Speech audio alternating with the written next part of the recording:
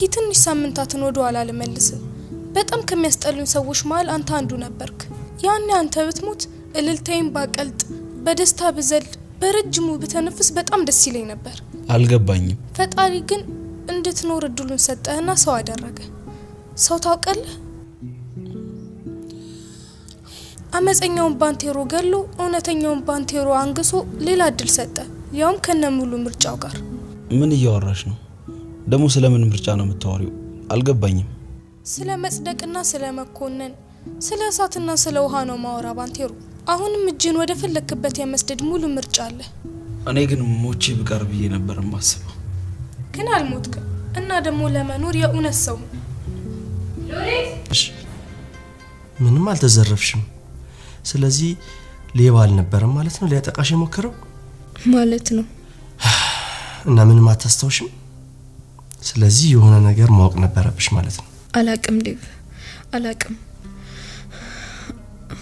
ከሞት ለትንሽ ነው የተረፍኩት እነዛ ሰዎች ምንም አላዘኑልኝም ከሞት ለትንሽ ነው የተረፍኩት ቆይ እነዛ ሰዎች ማን ናቸው እስኪ አንተ ደግሞ ከቁስሌ በላይ አጥጥዘኝ ስለኔ መጨነቅና ማሰብ ሲኖርብህ ስለጎድኝ ሰዎች በዚህ ልክ ማሰብ ራሱ በጣም ያሳፍራል ይቅርታ ሮዝ ያንቺ መጎዳት እኮ ሳያስበኝ ቀርቶ አይደለም ደሞ ዝም ማለታችን ብዙ ጋጦጦችን ይፈጥራል የምልሽ ይገባሻል አይገባኝም እንዲገባኝም አልፈልግም ከገባ ግን ይሄ ቁስል ያንተ ቁስል ነው ሰላም እንዴናችሁልኝ ውዴት የትንሿ ሙሽራ የሉሊት ድራማ ቤተሰቦች ደህና ናችሁ ወይ እኔ በጣም ደህና ነኝ እግዚአብሔር ይመስገን እንግዲህ ባንቴሮ በሮዛ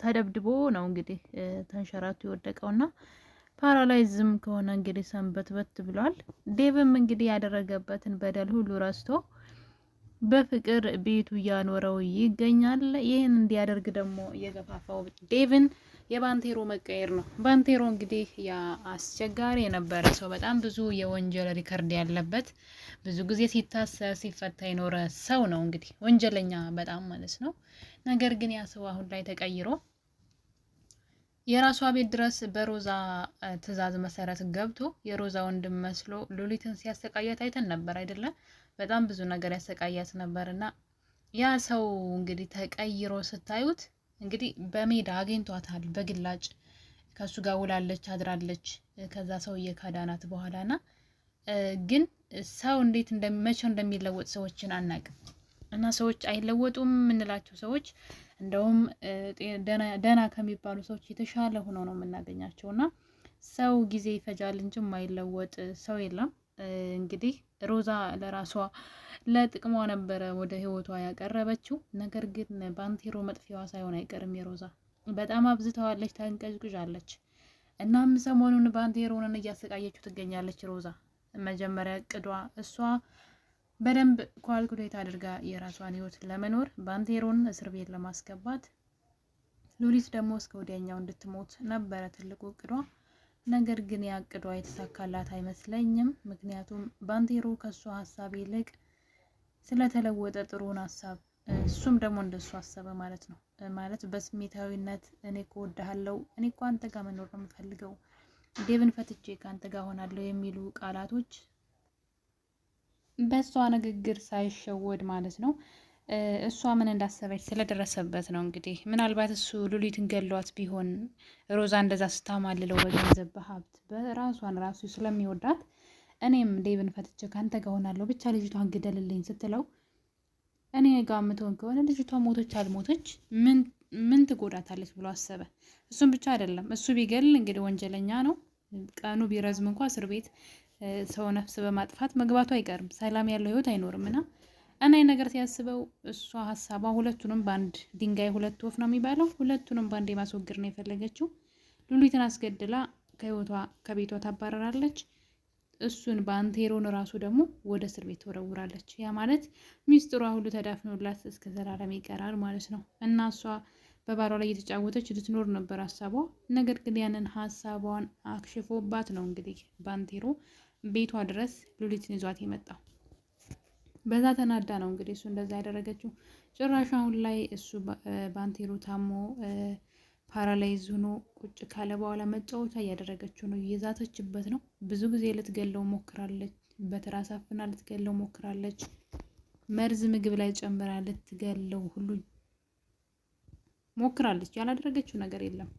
በተቃራኒው ደግሞ ሲያሰቃያት የነበረችው ሉሊት እሱን በመንከባከብ በጣም ነው የወደደችው። ለምን የሰውየው መቀየር ተአምር ነው። በቃ አታምኑም። በቃ የሚያጨስ የሆነ ከሰው የማይገጥም ሁሉ ነገር በጉልበቱ ማድረግ የሚፈልግ ማለት እሱ ፈልጎ ምንም ነገር አያጣም፣ በጉልበቱ ነው ታዲያ። እና እንደዚህ አይነት ሰው ነበርና በአንዴ ተለውጦ መልካም ሰው ሆነ። ሮዛ ግን ሁሉ ነገር ኑሯት አሁንም በክፋት እንደተሞላች ናት። የሉሊት ያላት ጥላቻውን ድረስ ምንም ሳይጎላት እኮ ነው። ምንም ባሏ ፍቅሩን አላጎደለባት።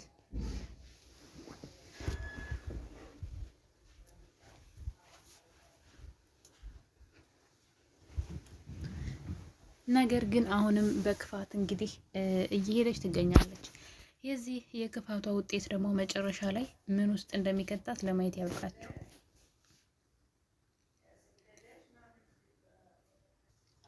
እና እንግዲህ በዚህም የተነሳ ሮዛ አሁን ላይ ባንቴሮንን ጭራሽ መግደል ትፈልጋለች።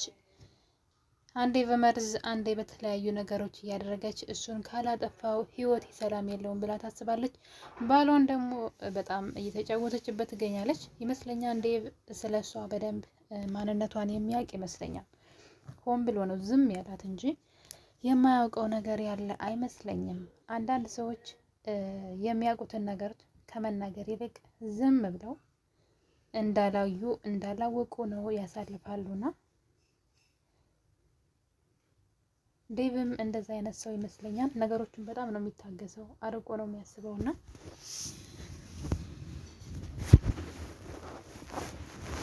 እሷ እንዳደረገችው አጥፊታውን ከመመለስ ይልቅ ምንም እንዳላወቀ ሆኖ ከሷ ጋር መኖርን ቀጥሏል። ምክንያቱም የሮዛ ጥፋቶቿ በጣም ብዙ ስለሆኑ እኔ እኮ ግርም የምትለኝ ነገር አለ። አንድ ነገር የምትፈልገው ነገር ማለት ሰዎች ምድር ላይ ሲኖሩ የሚፈልጉት ነገር ይኖራል አይደል? መሰረታዊ ነገር ያ ነገር ያላት ሴት ናት። ባሏ በጣም ይወዳታል፣ ደስተኛ ትዳር አላት። ግን በራሷ ጊዜ ያበላሸችው የሆነ ምንድነው? አንዳንድ ሰው ዝም ብለው የሚስገበገቡ ሰዎች የለም፣ ሁሉም ነገር የሚያምራቸው። ከዛ ደግሞ ቅናት መጥፎ ነገር ነው በነገራችን ላይ ቅናትና ይህን ትዳሯ ሊያሳጣት ነው እንግዲህ። የኔ መሰለ ባል የኔ መሰለ ትዳሯን በገዛ እጇ ልታጣው ነው ማለት ነው። በዛ ላይ ደግሞ ባንቴሮን በጣም ስሜት የሚነካ ነገር እየተናገረች እንግዲህ ራሱን እንዲጠላ እያደረገችው ነው። ለዛም ነበረ በባለፈው በክፍል 19 ላይ ሮዛ ስልክ ተደውሎላት ከቤት ትወጣለች። ከዛ ግን ቤት ሄዳ ነው ብለው ተጨንቀው እያለ ድንገት በአፏና በአፍንጫዋ ደም እንዳለ ደም በደም አድርገው ደብድበዋት መታ ቤት ኦልሞስት በቃ ሙታ ነበር እንዳለች አትቆጠርም። በጣም ነበር የምታስፈራውና እንደዛ የሆነችው ባንቴሮ ነው ያስደበደባት። እንደውም እንድትሞት ሁሉ ነበር የፈለገው እሷ ግን አልሞተችም። እንግዲህ በህይወት አለች እና አንተን ሳልገልን ያልሞትም እያለች እየፎከረችበት ትገኛለች። ገና ለገና ከዊልቸሩ አይነሳም መዳን አይችልም ብላ እንግዲህ እየተጫወተችበት ትገኛለች። ይህን ነገር ግን ዴቭ እያስተዋለ ምንም እንዳላወቀ ነገሮችን እያለፈ ይገኛል። ምክንያቱም በጣም ብዙ ነገሮችን ብዙ አጸያፊ ነገሮችን ያደረገችው ማለት ነው። ግን አንድም ነገር ብትጠየቅ ምክንያት የላትም። እንዲህ የበታችነት ስሜት ወይም ደግሞ አልጠግባይነት ካልሆነ በስተቀር ሮዛ ምን ኩና ነው እንደዚህ መጥፎ ሲሆነችው? አንዳንድ ሰዎች መጥፎ ሰው የሚሆኑት በሆነ ወይ በህይወታቸው በገጠማቸው አጋጣሚ ነው።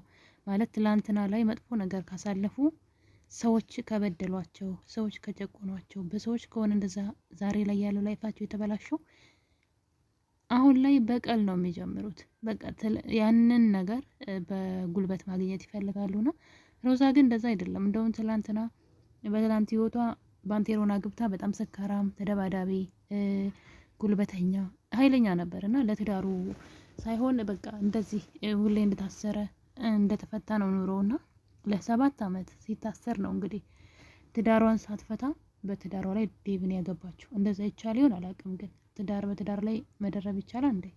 እና ዴቭን ያገባችው እሱ ሳትፈታው ነው። ለዛ ነው እሱ እየተከታተላት ያለውና ገንዘብ ወዳድ ናት በጣም ሲበዛ።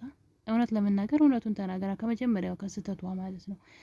ሉሊት ወደ ቤቷ ስትመጣ ክፉ ሰው ከመሆን ጀምሮ ብትስተካከል ኑሮ ሉሊት በጣም ትንሽዬ ልጅ ናት፣ የምታሳዝናት ግን አይንሽን ላፈር ብላ እንግዲህ ለሱ ያዘጋጀችው ወጥመዱ ሁሉ የራሷን ህይወት ምስቅልቅሉ ሊያወጣው ትንሽ ብቻ ነው የቀረውና አንዳንዴ ያልጠግባይ ሆነን ስንስገበገብ ምን ያክል ራሳችንን ያልሆነ ቦታ ነው የምናገኘው። ያልሆነ ቦታ ያለንን ሁሉ ነው የሚያሳጣንና የሮዛ ክፋት አንዳንዴ ግራ ያጋባኛል። ምን ኩና ነው በቃ ምን ጎሏት ነው ብላችሁ ነው የምትጠይቁት።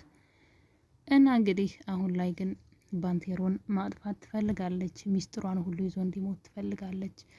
እሱ ቢሞት እዛ ቤት ለጊዜው ልትጠረጠር የምችለው ሉሊት ናት። በሉሊት በኩል ነው ሁሉ ነገር የምትልከውና እኔ ተወዳጆች እንግዲህ ትንሿ ሙሽራ ሉሊት ድራማ ክፍል 20 ይሄን ይመስል ነበረ።